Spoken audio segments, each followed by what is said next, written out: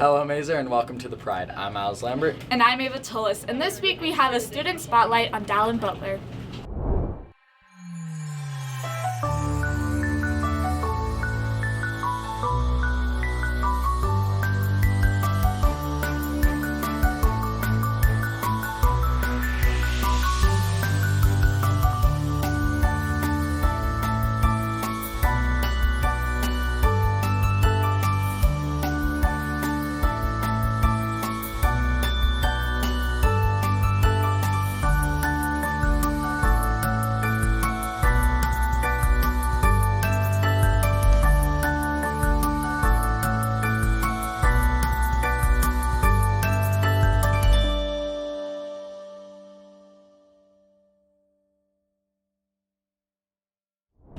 For anyone interested in joining the wrestling team this year, there will be a meeting during lunch in the cafeteria on Tuesday, September 21st. If you cannot attend, please contact the wrestling coach through email at scott.couch@mazerprep.org or stop by the SPED room, number 212.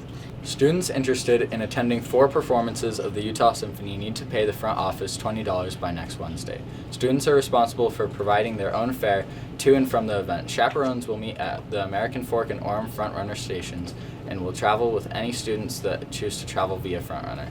These are group tickets and will not have any refunds if students are unable to attend. If you have any questions, contact Ms.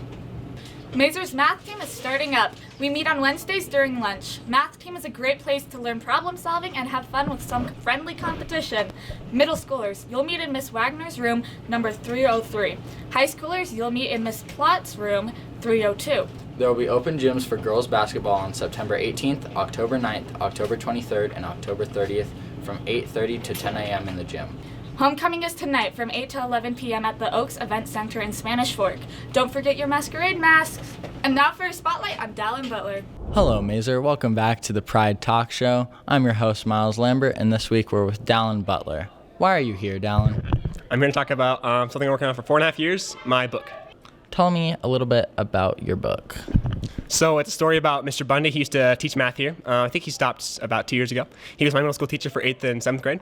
And in 7th grade, I really liked him as a teacher. I thought he was a great person and a really fun person to be around. And so I figured, why not write a story? I like doing that a little bit and kind of make him happy. Okay, as a young aspiring author, how did you go through the publication process and all of that fun jazz? Well, it's not just done in one day, right? You can't really build a Rome in a day, and you can't build a book in a day either. So one page at a time, right? So I guess, let's see, after I finished the third one in 9th grade, or was it 10th? It was 10th grade, that's it. I finished the third one in 10th grade. I printed out the rough draft, and then I kind of just went through every single page. This is my rough draft. I kind of printed out all 3 stories of the trilogy, and I went through and underlined a bunch of the different parts of it, and it was really sick.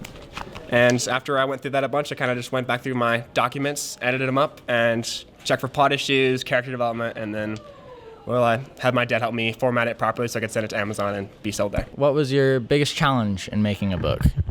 A lot of it is being motivated and being consistent.